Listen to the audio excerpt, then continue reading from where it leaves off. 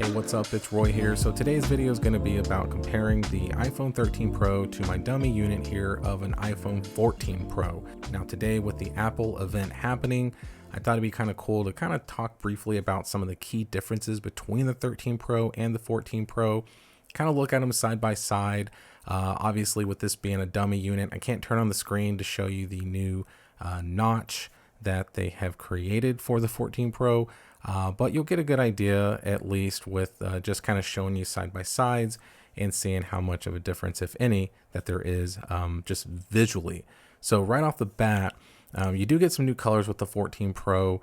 The camera bump is a little bit bigger on the 14 Pro, not by much, but as you can see there, a little bit bigger.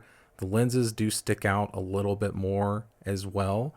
And I have noticed that whenever I do put my 13 Pro, I try to fit it in a 14 Pro case, and it does just kind of tiny have a little bit of a gap where the 14 Pro does stick out just a tad bit more. But looking at them from side to side like this, you can see that they look pretty much identical.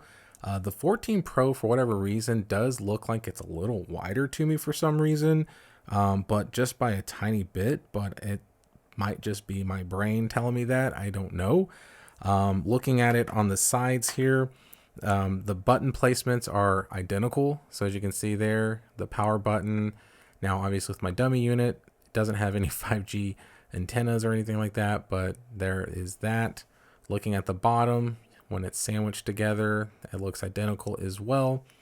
And then looking from this side here, this is kind of the look here, and once again looks very identical. Now with the iPhone 14 switching to an eSIM for whatever reason now, I think this isn't supposed to be here, but is what it is since it's a dummy unit.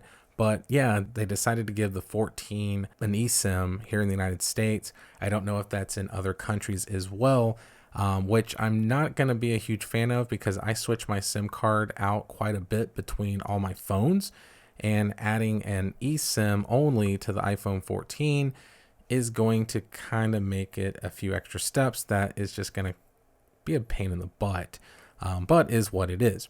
Another key difference between the 14 Pro and the 13 Pro is we do get a new main sensor. So it's upgrading from 12 megapixels to 48 megapixels, which is a big giant jump. I am pretty anxious to see how Apple implements that 48 megapixel sensor, because if they've waited that long, I think it's been like 7-8 years since they've had the 12 megapixel sensor, then they finally felt like it was time, right? They felt like they've perfected it enough. Apple is notorious for dragging their feet on things, but it seems like when they do it right. So I'm very anxious to see how the 48 megapixel camera turns out in low light performance and sharpness. And also at the same time too, just some of the other upgrades with like their action camera where it's like gimbal like smoothness. So just a lot of updates with the cameras on the rear and on the front as well. The front is getting an upgrade with that autofocus. So just all around better camera performance. And I cannot complain about that because Apple does have some fantastic video capabilities and pictures. So just getting an upgrade like that should be pretty impressive. Another thing that I'm really excited about with the iPhone 14 Pro is that it's going to get an always on display, which is a no-brainer. So I have like my Pixel 6a here, and if I turn the screen on, you know, we got a always on display there. It's kind of hard to see in this light, but there it is. And I've always been a huge fan of always on displays because it's nice just to glimpse at your phone on your desk and see exactly, you know, maybe the time, or do you have any notifications or whatever. And the way that they're doing it is basically taking the refresh rate, or from 128 hertz all the way down to 1, and that's pretty impressive because it's going to still help with battery life, but it's not going to really affect the battery life by leaving on the always on display since it's down to 1 hertz. and it's basically the lock screen, and you still got your wallpaper and everything. So to be determined how I'm gonna like that always on display, because my brain is telling me I just want the black basic one like Google and all other Androids that I've had for years. But once again, I'm curious to see how they implement it.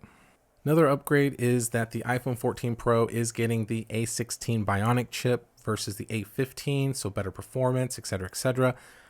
This is the first time ever that they've decided not to keep the same chip in all the iPhone 14s. So if you get the iPhone 14 or iPhone 14 Plus, then you're getting just straight up the A15 chip. Get the 14 Pro or the 14 Pro Max, you're getting the A16 chip.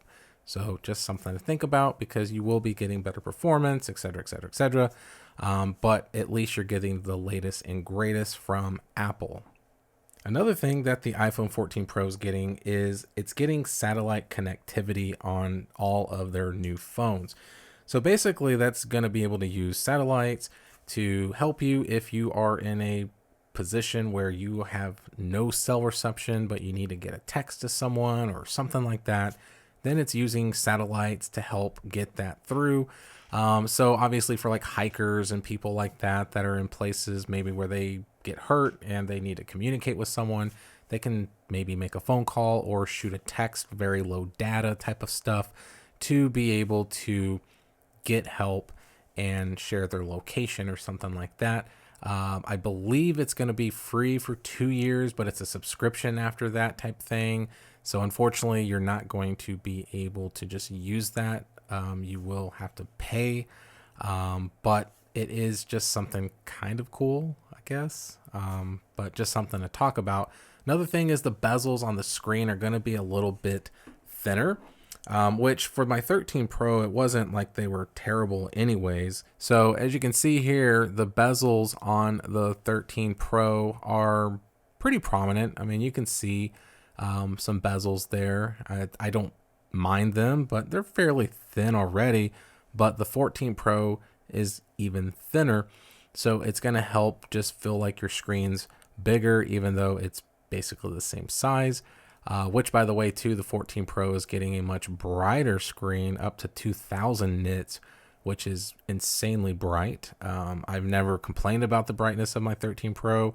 So to have an even brighter screen with the 14 Pro is pretty much impressive in my opinion, but to be determined as well on battery life with that, because they didn't really talk much about battery life. They just said it's even going to last as long as this one with all the new improvements. So when they say stuff like that, it just makes me feel like it's going to basically be the same battery performance, which is okay. I didn't hate the battery performance of my 13 Pro, but it's not like this giant new leap in battery improvement. And then last but not least is really going to be the island or display island, which I did find a little different.